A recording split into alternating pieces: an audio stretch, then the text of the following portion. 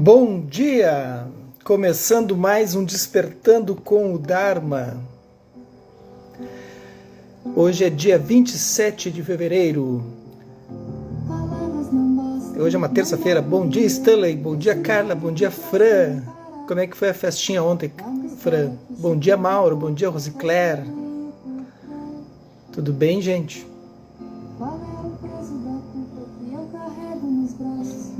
Essa música se chama A Noite, com a Thier. É bem bonitinho.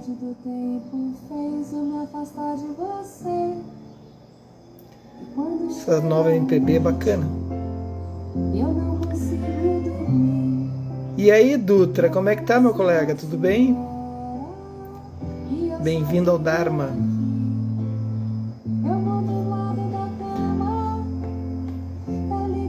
Dutra, tu que não está acompanhando, sexta-feira de manhã, 7h15, todas as sextas, eu vou começar o estudo, é um grupo fechado. Bom dia, Ana Tereza.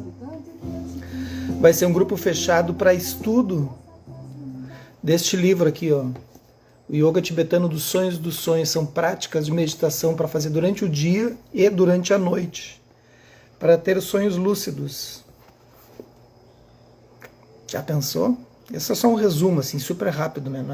Não é só isso que vai acontecer, mas é uma das joias do budismo, do Bonpo. Bom dia, Isis. Bom dia, Eliana. Tem vaga ainda, quem quiser se inscrever. É online, presencial, fica gravado. Que mais? É isso. E aí, o pessoal pergunta, quanto tempo dura? Dura o ano todo, nós vamos praticar o ano inteiro. É um estudo, prática, absorção dos ensinamentos. Vou explicar o que é o Bonpo, vou explicar o que é o budismo e praticar. Quero um ano de muita prática, muita prática. Bom dia, Gracia. Então, quem quiser me procura. Eu estou falando porque fica gravado, gente. O pessoal que vê depois no YouTube e vê aqui mesmo gravado essa live. Bom dia, nega. E aí o pessoal está chamando. Bacana, né? É isso aí. Então, quem quiser saber mais sobre o encontro que começa a partir de sexta-feira, 7h15 da manhã, fica gravado, quem não puder assistir, 1 hora de duração, nós vamos estudar este material aqui. É um livro de práticas, totalmente práticas e ensinamentos, que mistura o Bonpo aí. O que é o Bonpo? O Bonpo é uma forma de budismo, não é um budismo, tá? Mas existe um Buda, existe um desperto, e ele aconteceu há 17.500 anos atrás, 15 mil anos antes do Buda. Então ele tem muitas revelações assim, muito atuais, assim, isso que é incrível. E eu me interessei muito pelo Bonpo, né, quando aportou, assim, quando isso foi aportado no Ocidente. E há muito tempo atrás, junto do budismo, eu comecei a estudar o Bonpo e praticar. E achei maravilhoso, assim, porque ele casa com o budismo, assim, ele dá. Então é uma revelação dos ensinamentos do Tibete. Antes do budismo, né, do Siddhartha Gautama, aportar no Tibete, já existia o Bonpo há 15 mil anos. E aí ele incorpora isso. E aí vê que tem muitas coisas que são parecidas, assim. Outras vai para um outro lugar, assim, né? Bom dia, Conceição. E a gente pega o que tem de interessante e pratica. São práticas muito intensas, muito maravilhosas, para iniciantes e para já praticantes avançados, ok? Eu nunca ouvi falar, eu não sei se eu vou conseguir acompanhar. Vai conseguir. Eu vou dar um jeitinho ali e vou equalizar todo mundo. Nas primeiras semanas eu equalizo a turma. E aí depois a gente vai seguindo. Bom dia, Natalina. Bom dia, Lu. Feito? Vamos lá? Karma, nós estamos aqui. Traleg, que é bom, ele nos traz o que é e o que não é, sua importância, editora Lúcida Letra. Tá? Para fazer a prática desse aqui, Yoga Tibetano, tem que adquirir o livro na Lúcida Letra também. Senão não consegue acompanhar.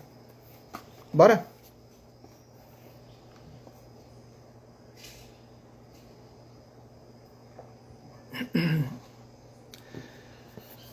Assim, sofremos ao não prestarmos atenção na relação causa e efeito. Não compreendemos adequadamente o que nos traz satisfação na vida e o que pode nos permitir florescer. Estávamos falando sobre hábitos ontem. Como, segundo Buda, o agente está em constante estado de fluxo, nós renascemos. Isso, outra vez, depende da ideia de que mesmo enquanto vivos, não somos sempre a mesma pessoa. A pessoa que nasceu na hora do parto e a pessoa que morre no final da vida não são exatamente a mesma. Esse indivíduo é descrito como o mesmo, mas diferente. Como a gente muda ao longo do tempo, né? Eu penso muito sobre isso. Às vezes eu lembro de alguma coisa do passado, assim, eu vejo um material. Bom dia, Elisa. Eu vejo um material, assim, muito do passado, assim, 15, 20, 30 anos atrás, sei lá. E a gente era outra pessoa. 10 anos atrás a gente era outra pessoa, não precisa ir muito longe, 10. Tentem lembrar de vocês o que estavam fazendo há 10 anos atrás, em outras estruturas, outros trabalhos, outras relações. Era completamente outra pessoa. Ontem ainda a gente falou, estava sentado, eu e a Carolina, a gente estava almoçando, eu acho, sei lá. Eu disse, pai, já pensou o que pode nos esperar para esse ano? Tem um universo aberto, assim. Pode ser qualquer coisa. Tem um universo completamente aberto. Bom dia, Raquel. Não é maluco isso? Quem será que serei eu este ano? Quem será esse eu que surge? E a gente tem que ficar aberto a isso. Bom dia, Cris.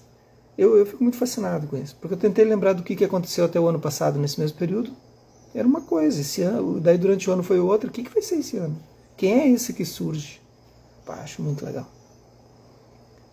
E está aberto. Se não estiver aberto, tu sofre.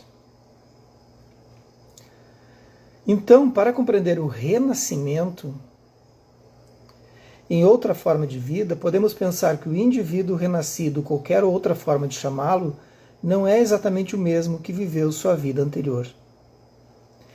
E, no entanto, o ser renascido ainda traz certas propensões, certas marcas mentais ou kármicas.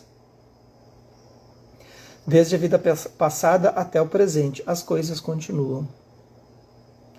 Isso é verdade para nós mesmo nessa vida atual.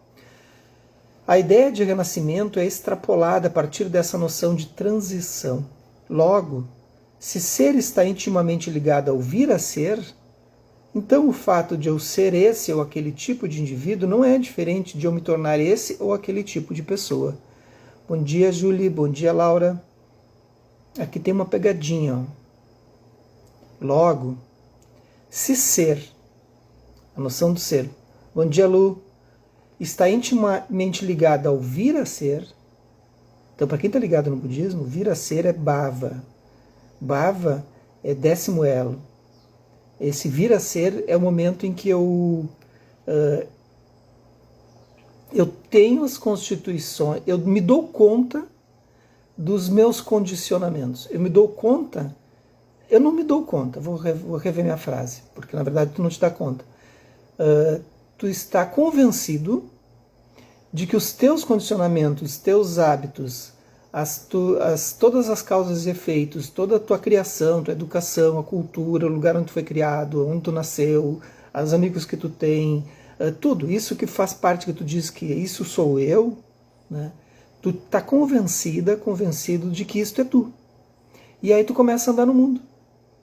Tu começa a andar no mundo com essa aura de eu sou isso, eu sou aquilo, eu sou a prof da creche, eu sou a médica, eu sou um médico, eu sou arquiteto, eu sou instrutor, eu sou doméstica, eu sou mãe, sou filha, sou pai, sou irmão. Entenderam? Vir a ser é isso. Eu assumo essas características como sendo propriedades substanciais e completamente imutáveis. Eu sou isso. E eu começo a andar no mundo. Só que o 11º elo é equilibrar as coisas. E eu começo a equilibrar. Então, se eu sou isso, eu preciso manter aquele emprego, eu preciso manter essa situação, eu preciso manter essas relações, eu preciso isso, eu preciso aquilo, eu preciso. E só que um começa a desequilibrar. E aí que vem o desmoronamento de tudo, né? Que é o fim, né? Que é a Janamarana, assim, que tudo termina. E tudo termina. Então esse vir a ser é o momento que nós assumimos a nossa personalidade, nossos temperamentos, nossos condicionamentos, nossas formas de andar no mundo. E aí ele vai dizer, logo, se ser está intimamente ligado ao vir a ser, se ser, eu, ego, ser humano, está intimamente ligada ao vir a ser bhava, né? Esse ou aquele tipo de indivíduo não é diferente de eu me tornar esse ou aquele outro tipo de pessoa. Então eu posso me tornar quem eu quiser. Quando eu me der conta que eu tô construindo essa persona, essa máscara que eu vou construindo, né, nessa estrutura, a diferença do praticante budista e do não praticante é que o budista vê que está construindo.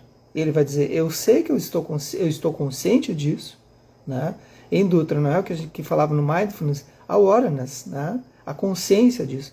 Está consciente dessa construção. Eu estou operando sob um condicionamento.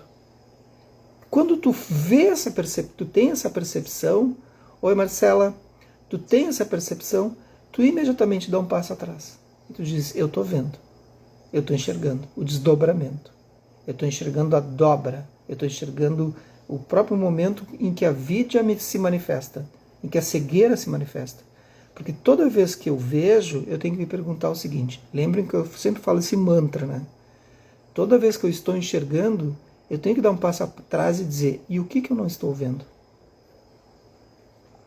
Se eu estou vendo alguma coisa, eu estou ocultando outra. Eu não posso ver sem ocultar alguma coisa.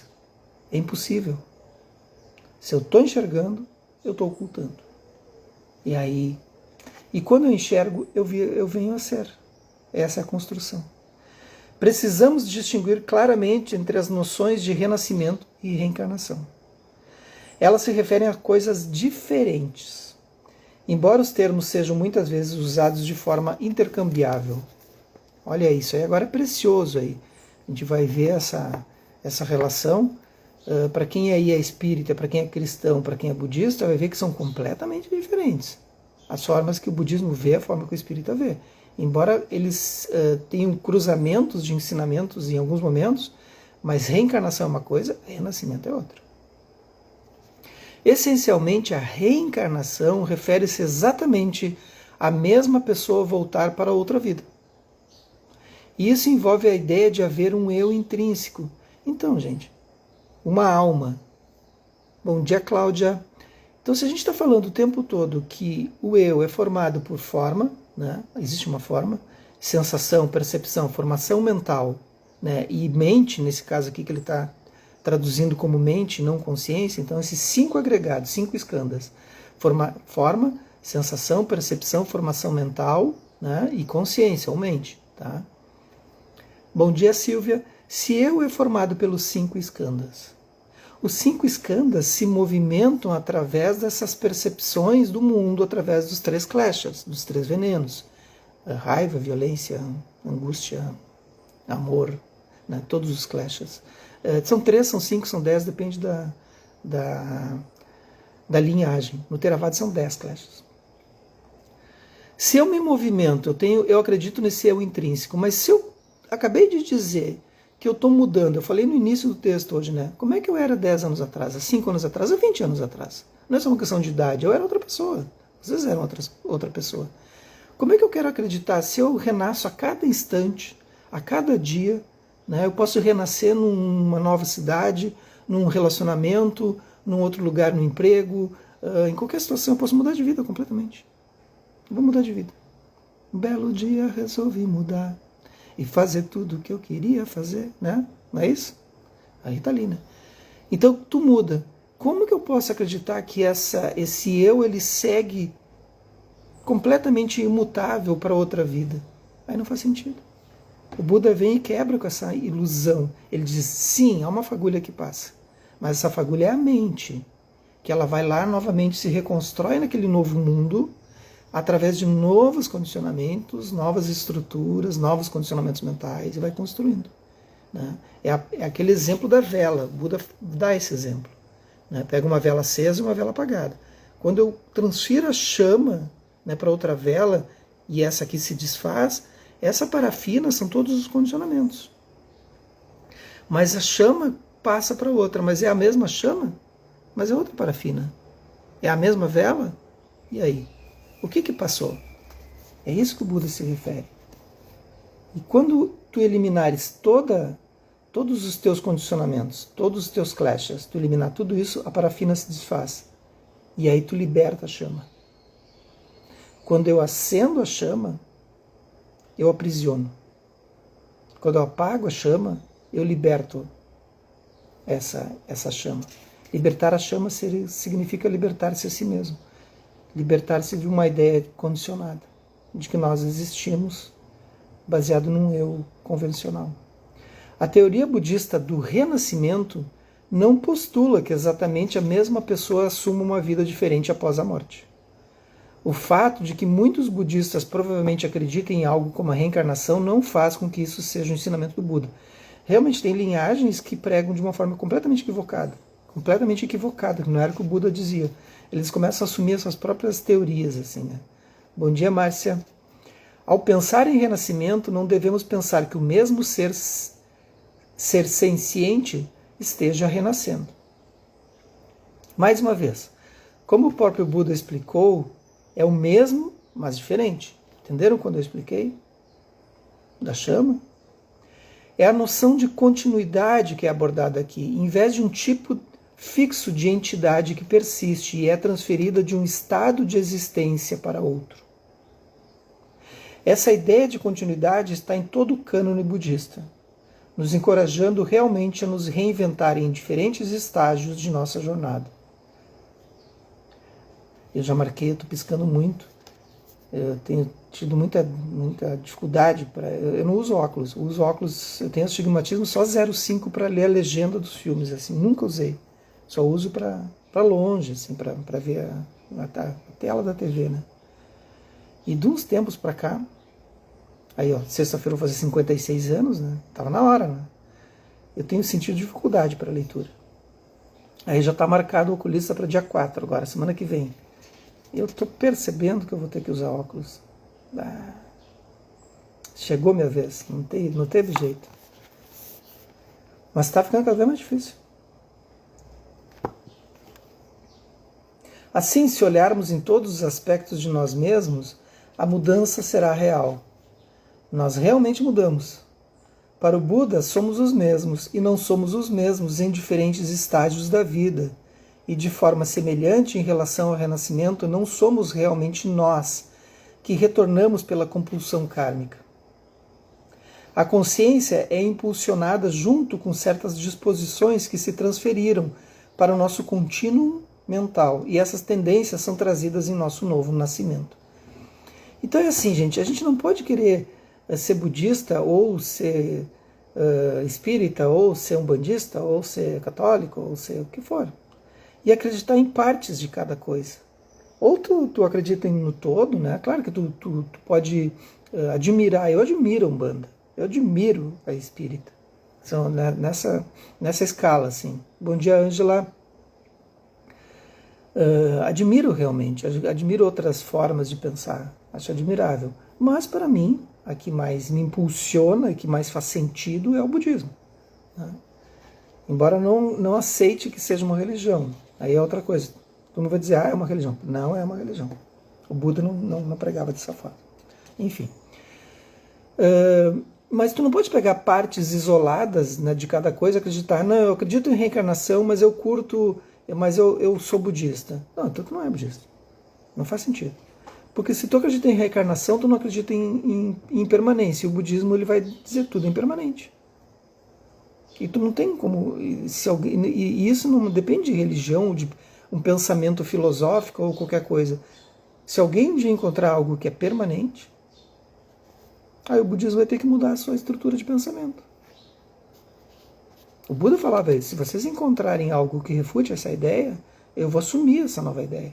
Mas até então, isso não é. A impermanência não tem nada que seja permanente. Isso é um dos 3 selos do Dharma, a impermanência. Um deles. Um dia Isolde. Então, isso vai dar uma orientação. Se eu acredito que tudo é impermanente, eu não posso acreditar em reencarnação. Porque as coisas estão em constante mudança. Mas eu acredito em renascimento. Existe um contínuo, existe uma consciência que se desloca, mas não sou mais eu. E aí?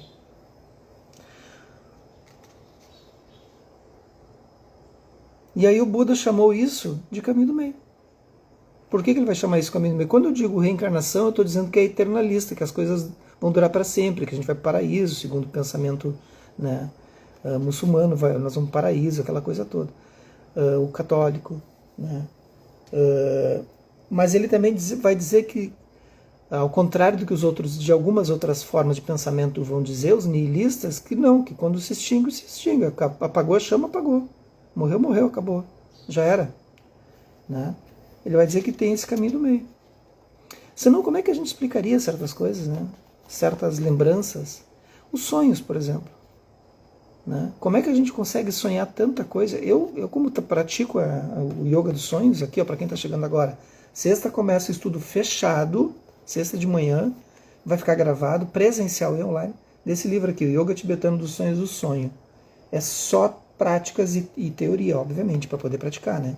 É extremamente maravilhoso, assim, para iniciantes e avançados. E eu, como pratico isso há muitos anos, sempre fui fascinado pelos sonhos, eu tenho muitos momentos de sonho lúcido, muitos, quase que a noite inteira, assim, pelas práticas, né? Não é um mérito, é prática, até conseguir. É infinita. E nesses momentos consegue ver assim, como é que existe tantos mundos dentro dos sonhos, de onde vem isso? Se eu nunca vivi esses mundos, né? Eu nesse corpo agora. Como é que eu estou vivendo esses mundos? Como é que tu explica isso? Como é que tu explica essas relações?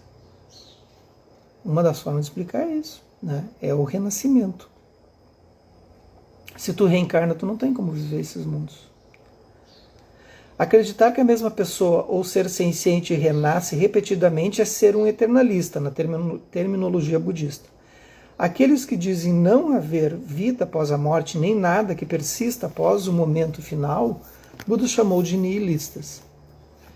A abordagem do caminho do meio evita essas duas visões extremas. Então está vendo que o Buda ele não vai dizer, eu estou certo. Eu não vou dizer isso também. Não, porque a gente não... Né? A gente não vai dizer isso. A gente vai dizer, olha, o budismo vê dessa maneira.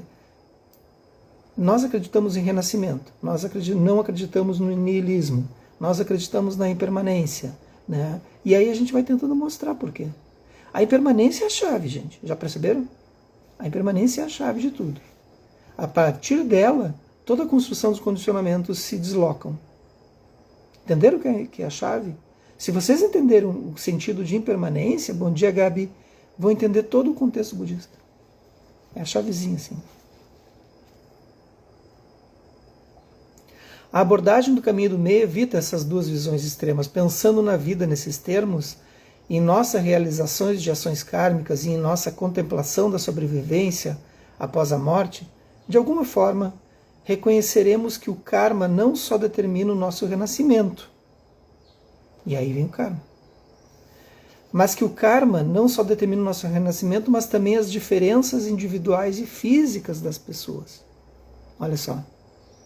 A seguinte questão foi feita ao Buda nessa citação do Majjhima Nikaya Sutta, ou os provérbios do comprimento médio. Nikaya é um dos três cestos do Tripikaya, né, do Tripitaka. O Nikaya é um dos cestos dos ensinamentos budistas. Tá? Eu vou ler para não ficar para amanhã. Qual, Senhor Gotama, né, para o Buda então, é o motivo pelo qual a vileza e a excelência são vistas entre os homens mesmo quando eles estão em forma humana? Pois, Senhor Gotama, homens de vida curta são vistos, e os homens idosos são vistos, homens com muitas doenças são vistos, e outros são vistos livres de doenças. Homens feios são vistos, e são vistos homens lindos, homens fracos são vistos, e poderosos são vistos. Homens pobres são vistos, e os ricos são vistos. Homens de famílias humildes são vistos, homens de famílias nobres são vistos, homens de pouca sabedoria são vistos e outros sábios são vistos. O que agora, Senhor Gotama, é a causa, qual a razão pela qual a vileza e a excelência sejam vistas entre eles, mesmo quando estão em forma humana?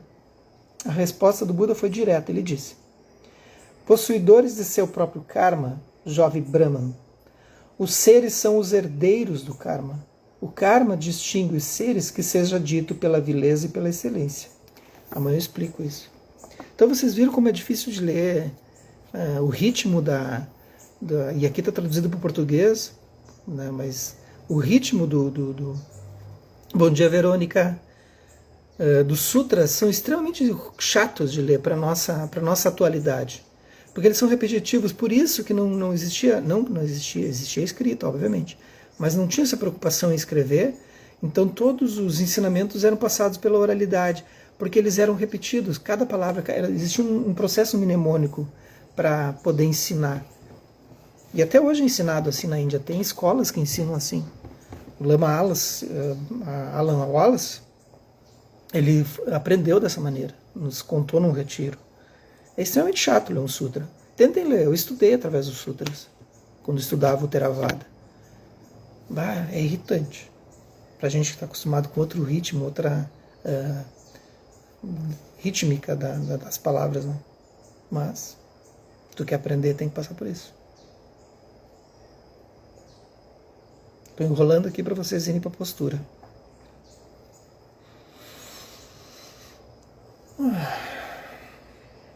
Coloque o corpo numa postura ideal para hoje. Se estiverem deitadas, deitados, apenas alonguem o pescoço um pouquinho, se for confortável. Soltem os braços ao longo do corpo. Quem estiver sentado, sentada, larguem o que estão fazendo agora. Quem estiver dirigindo, apenas preste atenção. Larguem o que estão fazendo agora. E se permitam esse tempo.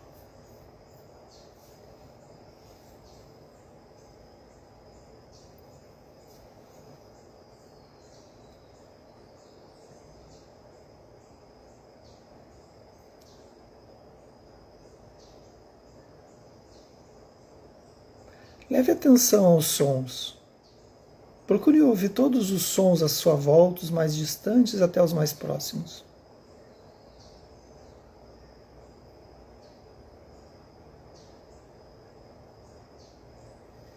Vejam se é possível ouvir algo que seja permanente, constante.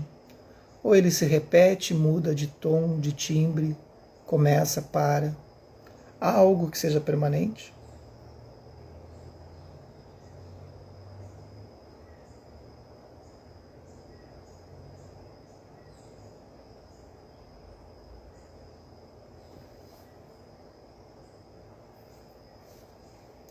Vá trazendo atenção agora para o seu corpo. Observe o seu corpo.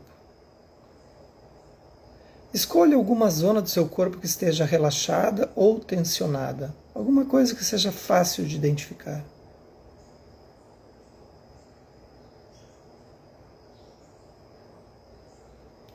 Se escolheu relaxada, ela está sempre relaxada ou ela tensiona e relaxa e ela vai alterando? Da mesma forma para a tensão. Veja se há algo que seja permanente em qualquer parte do corpo.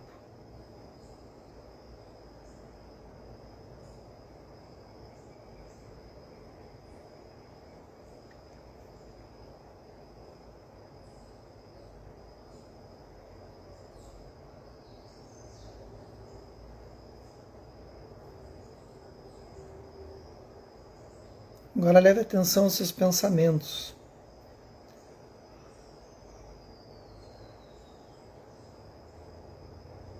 Percebam o fluxo dos pensamentos.